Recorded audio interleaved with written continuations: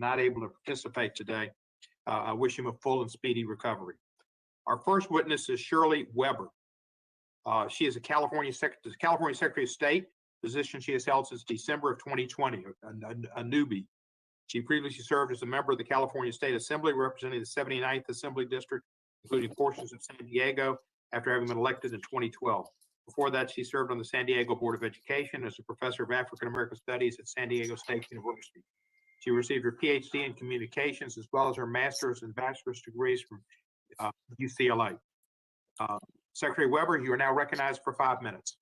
Thank you very much. And I want to thank the Chairman Nadler, Chairman Cohen, and the Ranking Member Johnson, as well as thank Congresswoman Jackson Lee for inviting me to be with you this morning. As pointed out, I am currently the Secretary of State for the state of California, the first African-American who's ever held that position in a 170-year history of the state of California. And so I come to you today as the author also last year when I was in the Assembly of AB 3121, our reparations bill. For us in California, we are very clear that we need not ask whether there or not slavery has had an impact, but instead illuminate the extent to which it has had an impact. We are through AB 3121, which is law in California, are establishing the task force to study and develop reparations proposals for African Americans. It will consist of experts who study slavery's impact, educate Californians, compile a report of their findings, and provide information and recommendations to our legislature as to what we need to do to repair the damage done as a result of slavery.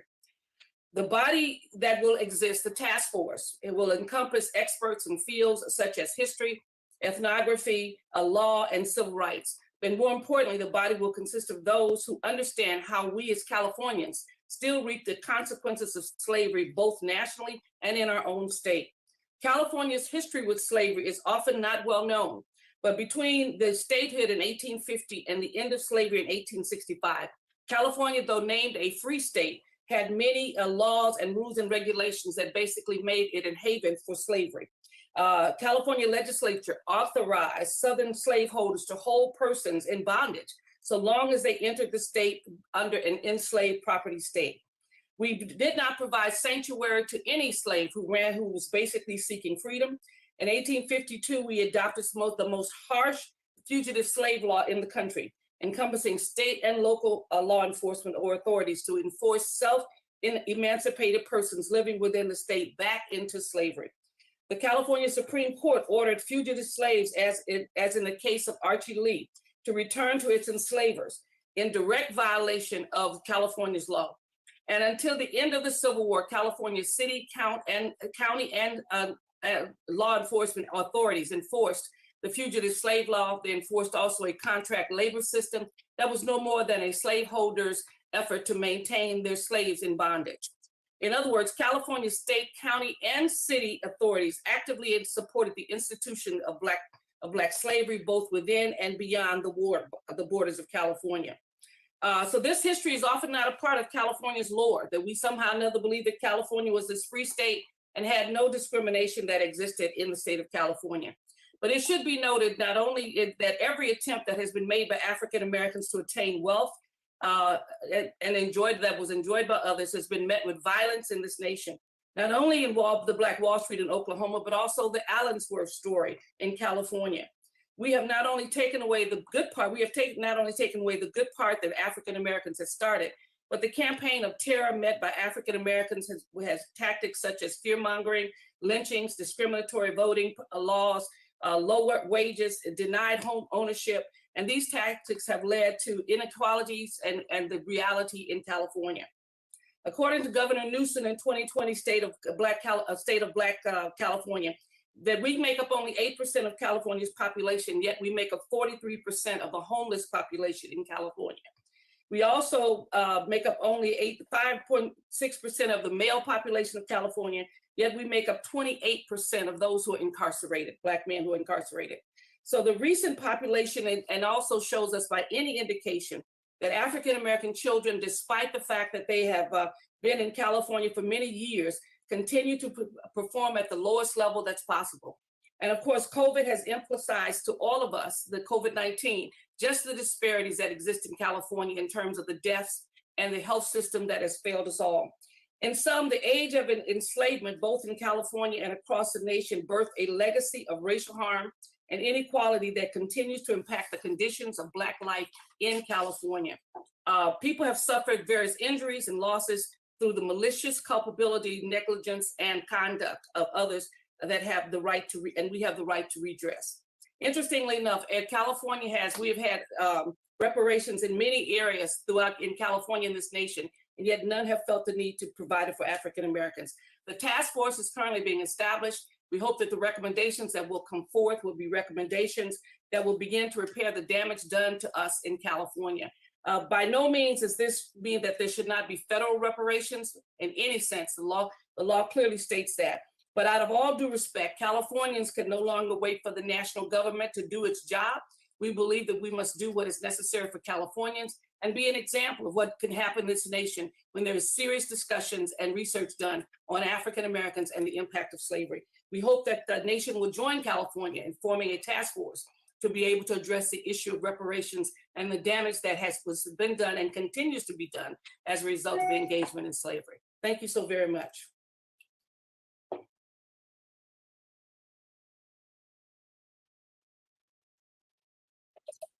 Thank you, Madam Secretary. Our next witness is, and I'm going to have to work with me on the pronunciation, Tendayi Akioma. If I'm wrong, I apologize. She is a professor of law at UCLA and the UN Special Rapporteur on contemporary forms of racism, racial discrimination, xenophobia, and related intolerance. Her work focuses on the global governance of racism and xenophobia and the legal and ethical implications of colonialism for contemporary international migration. More generally, her research and teaching interests lie in international human rights law, international refugee law, international migration, and property. She earned her JD and her BA from Yale University, and then moved on to the sunny Southern California. Professor, you are recognized for 5 minutes. Thank you very much. Congresspersons, it's a privilege to address you today. I'm a professor of law at UCLA School of Law, where I'm a core faculty member of the Promise Institute for Human Rights and the Critical Race Studies program. And my areas of expertise include international human rights law and the global governance of racism. I'm also the United Nations Special Rapporteur on contemporary forms of racism, racial discrimination, xenophobia, and related intolerance. In this role, I'm an independent expert who's appointed to provide counsel to UN member states regarding, among other things, the meaning of their obligations under international human rights law to combat racism, racial discrimination, and to promote racial equality. My testimony today is drawn to a great extent from a report I presented to the United Nations General Assembly in 2019 on the urgency of reparations for racial discrimination rooted in transatlantic slavery and colonialism. International law recognizes reparations as necessary for rectifying wrongful acts and providing accountability for human rights violations. Within the international legal system, reparations entail a specific framework and responses, which I describe in full in my written testimony. But briefly, within the system, reparations are defined broadly to require restitution, compensation, satisfaction, rehabilitation, and guarantees of non-repetition. Popular conceptions of reparations are often fairly narrow, focusing only on financial compensation.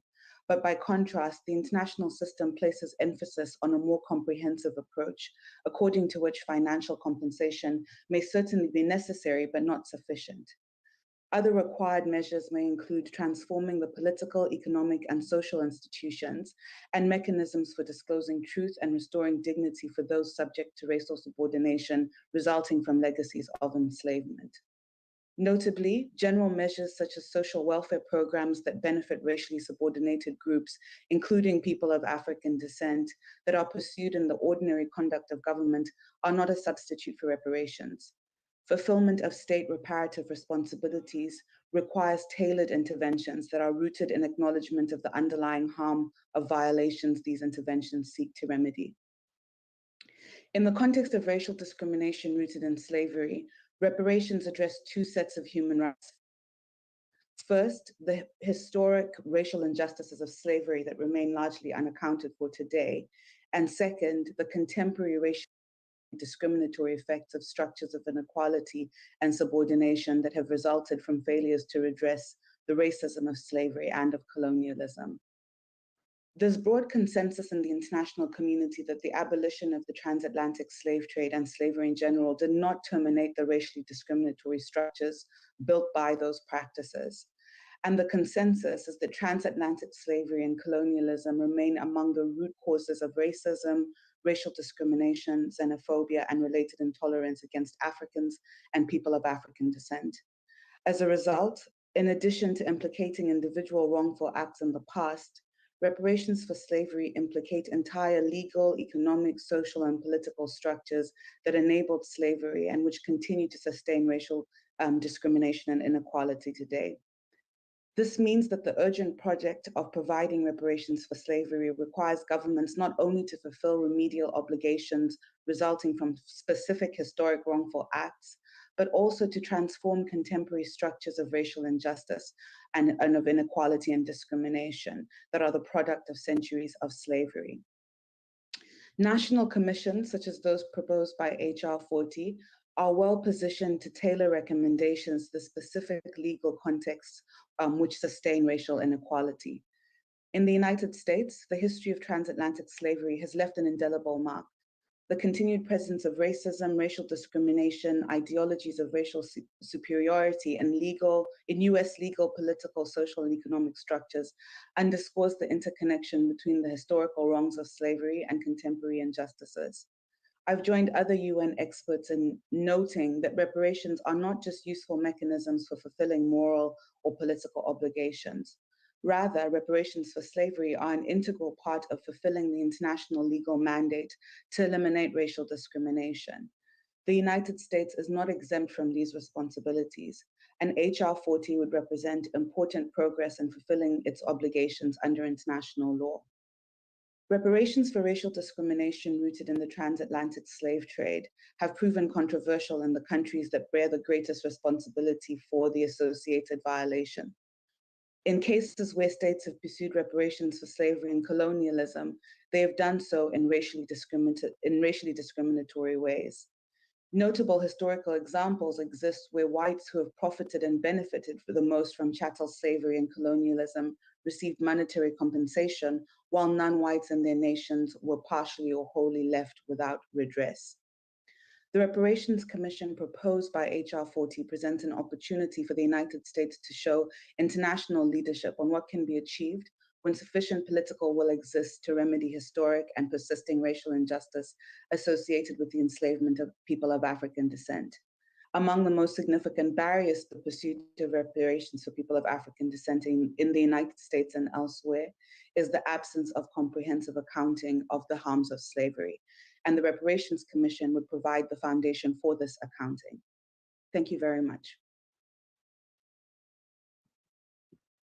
Thank you very much, Professor. I appreciate your lifelong studies and your work and your passion and your participation. Our next witness is Kathy Masoka.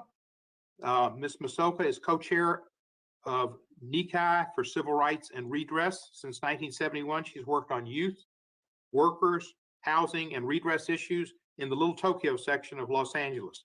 She's a graduate of University of California, Berkeley. How's my voice? Good. Sir, you're recognized. Ms. Masoka? Yes. Thank you. Good morning. Good morning, Chairperson, Ranking Member of the committee, and members of the committee. The Nikkei for Civil Rights and Redress, NCRR, and Nikkei Progressives supports HR 40 and the Black community's demand for reparations because 1, it is the right thing to do, 2, it is long overdue, and 3, because we know it is possible. We won reparations in 1988, but Japanese Americans were not the first to make that demand. The Black community has long demanded reparations. In 1963, Queen Mother Audley Moore, the mother of modern-day reparations movement, launched a campaign claiming back pay for descendants of enslaved peoples, as well as job quotas and training. Groups like the Self-Determination Committee, formed in 1956, and along with the National Coalition of Blacks for Reparations in America and the National African American Reparations Committee, have called for reparations for the institution and legacy of slavery. And H.R. 40, as you know, has a long history thanks to the late Congressman John Conyers. Even before the Civil War and since emancipation, individual Black Americans fought for and won limited reparations. Our community's demand for reparations did not arise by itself, but was inspired by the Black community's fight for civil and equal rights in housing, education, and more. Their sacrifices and leadership opened the doors for us and gave us the strength to demand redress and reparations from the US government. We have to acknowledge the generous support of many Black groups and individuals who supported us in our campaign for redress, like Congressman Mervyn Dimely, who authored a Japanese American Redress Bill in 1982, Representative Ron Dellums, who spoke in support of the bill, and the Black Congressional Caucus, and many others, including then California Assemblywoman Maxine Waters and the Reverend Jesse Jackson. H.R. 40 is an important first step towards reparations for the Black community. In 1981, when the Commission on Wartime Relocation and Internment of Civilians, the CWRIC, a commission to study if a wrong had been committed, was first proposed, many of us, including me, were against it, angry that the injustice of the concentration camps was even a question. But we soon understood that this was an opportunity for many former incarcerees to speak out about their feelings and experiences they had held inside for 40 years. So the community swung into action to mobilize testifiers for the hearings. NCRR played a key role in organizing grassroots support within the Japanese American community, insisting that former incarcerees speak at the hearings instead of just having experts or academics testify. Many of the Sansei, third-generation Japanese Americans like myself and children of the incarcerees organized this effort. We heard anger, sadness, pain, and strength as we listened to stories we had never heard before. None of us could stop listening. It was an opportunity to begin the healing process for our elders, ourselves, and for the entire community. More importantly, it was a chance for those incarcerated to express their own demands for income and freedoms lost, for babies who had died, for dignity taken away, and much more. The hearings brought our Issei, Nisei, and Sansei, first, second, and third generations together to build a grassroots campaign, educate others about the incarceration, and reach out to other communities to win reparations. Moreover, the hearings solidified our determination to hold our government accountable and to continue the campaign no matter how long it took. We saw individual reparations as a just accounting and not as a handout. Similarly, H.R. 40 is an opportunity for all of us to learn about the institution and legacy of slavery and its destructive impact that continues today on the Black community. This is a chance for many Black voices to be heard and for the Black community to express what kind of reparations it is owed. What we must do is listen and learn from these stories, from broader historical context to the most personal testimonies of pain, trauma, and generational struggle. It was important for Japanese Americans to determine our own path toward redress and reparations, and we fully stand behind the Black community as they determine their own path forward. There is no dispute that the wealth of this country was built on the stolen lands of the indigenous people and on the free slave labor of Black people. In other words, reparations are owed to Black people and to the indigenous people as guided by their communities. The Movement for Black Lives Toolkit talks about reparations being owed in a manner and form to be determined by Black people themselves. It must take as many forms as necessary to equitably address the many forms of injury caused by the institution and legacy of slavery. H.R. 40 is a necessary first step towards justice. It's the first step towards healing. Thank you very much. Thank you, Ms. Masoka. I appreciate your testimony and your relating the experience of the Japanese Americans and African Americans. Our next witness is Mr. Herschel Walker. Mr. Walker is a former professional football player, college football player, athlete in general. He played college football at the University of Georgia, and he won the 1982 Heisman Trophy. During his professional football career that began in the United States Football League with the New Jersey Jets, he played for the Dallas Cowboys, the NFL, the Vikings, the New York Giants, football Giants, and the Philadelphia Eagles. He also competed in the 1992 Winter Olympics as a bobsledder and has competed as a mixed martial artist. He was a supporter of President Trump in 2016 and 2020, spoke at the 2020 Republican National Convention. He holds a Bachelor of Science degree in Criminal Justice Studies from the University of Georgia. Mr. Walker, you'll be recognized for 5 minutes. And at this point, I need to go to the Natural Resources Committee for our organizational meeting. And Ms. Jackson Lee, if you're there, if you would take the chair for Mr. Walker's testimony and until I can return. Ms. Jackson Lee? Yes, sir, Mr. Chairman. You're recognized. Mr. Walker's been recognized, and you are now the acting chair. Thank you, ma'am. Mr. Chairman, I can't thank you enough for your stupendous leadership and friendship. We will do this together. And again, thank you for your history on all of this. Glad to work with you and Chairman Nadler. I just wanted to interject that as you move to your other committee. And I'm delighted to listen to Mr. Walker. Thank you. Thank you. Mr. Walker, you're recognized. Okay. Chairman and ranking members, I thank you for this opportunity to speak on reparation, which has been spoken about many times over my lifetime, but over the past year has become a hot topic. I asked the question why. There's been many surveys show that a large percentage of Black and white teens would say racism is better today than yesterday. We use Black power to create white guilt. My approach is biblical. How can I ask my Heavenly Father to forgive me if I can't forgive my brother? I never want to put anyone's religion down, but my religion teaches togetherness. Reparation teaches separation. Slavery ended over 130 years ago. I'm back. How can a father be asked his son to spend prison time for a crime he committed? In the case we speak of, we're researching farther back in history, a history many are not taught or spoken about in school. America is the greatest country in the world to me. A melting pot of a lot of great races, a lot of great minds that have come together with different ideas and make America the greatest country on earth. Many have died trying to get into America. No one is dying trying to get out. Reparation, where would the money come from? Does it come from all the other races except the Black taxpayers? Who is Black? What percentage of Black must you be to receive reparation? Do you go to 23andMe or a DNA test to determine the percentage of Blackness? Some American ancestors just came to this country 80 years ago. Their ancestor wasn't even here during slavery. Some Black immigrants weren't here during slavery, nor their ancestors. Some states didn't even have slavery.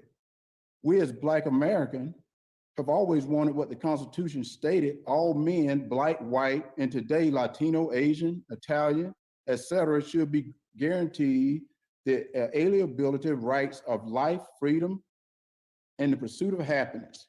Years later, after slavery ended, Dr. King, I Have a Dream speech, said, the signing of the Emancipation Proclamation was a great beacon of light, but hundreds of years later, we're still not free because of segregation and discrimination. Today, I call that reparation. I asked my mom, who is in her mid-80s, her thought on reparation. Her words, I do not believe in reparation. Who is the money going to go to? Has anyone thought about paying the families who lost someone in the Civil War, who fought for their freedom? Your dad and I taught you, speaking of me, to provide for you and your family through a good education and hard work. If you give a man a fish, you feed him a day. You teach him to fish, you feed him a lifetime. Reparation is only feeding you for a day. It's removing the sign of for whites only, replacing the sign for no education here. Black America is asking for a hand up, not a handout. Another big question, who is the guilty party? Should we start at the beginning where African Americans sold the African American ancestors into slavery and to a slave trader who eventually sold the African American ancestors to slave owners? The slave owners who had no success and no luck trying to make a Native American whose land they took become their slave because the Native American ran away. Well, they thought it was fine then to use African American who didn't know the country, didn't know the language, didn't know the religion, and they didn't run away. So I asked, why reparation? Well, slavery is because to the year 2021, still talking about reparation, not equal education, not to compare a game to a horrible period in my life, but as I fought shoulder and shoulder with my fellow football brothers of other races, I saw struggles they were encountering the same as I. And I heard them speak to their parents of problems my family were dealing with as well. If a Black player would have been given something different than any other player, it would have created problems within the team, separation and division. Ezekiel 18:20, the righteousness of the right shall be upon him. The son shall not suffer for the crime of the father, nor the father suffer the crime of the son, unless either father or son know beforehand the father or son was a criminal. To help any race, provide them with a good quality education and help incentivize through opportunities with responsibilities, which helps generations in the future. If reparation is a fee or a correction for a terrible sin of slave owners, government, and others, but we punish the non-guilty party, is it not creating division or separation with different races? I feel it continues to let us know we're still African American rather than just American. Reparation or atonement is outside the teaching of Jesus Christ, who you are teaching, who will not be teaching the word of God. So I speak back.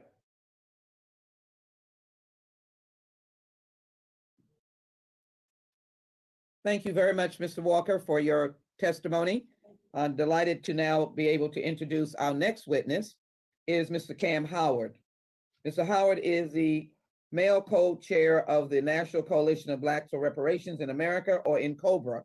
If I might, NCOBRA is a founding father and mother of the effort and the mission of HR 40, working early on with the late Dean of the United States Congress, John Conyers, and continuing to work with over 300 organizations that are now standing very effectively in support of HR 40. And NCOBRA is a mass-based coalition of organizations and individuals organized for the sole purpose of obtaining reparations for persons of African descent in the United States.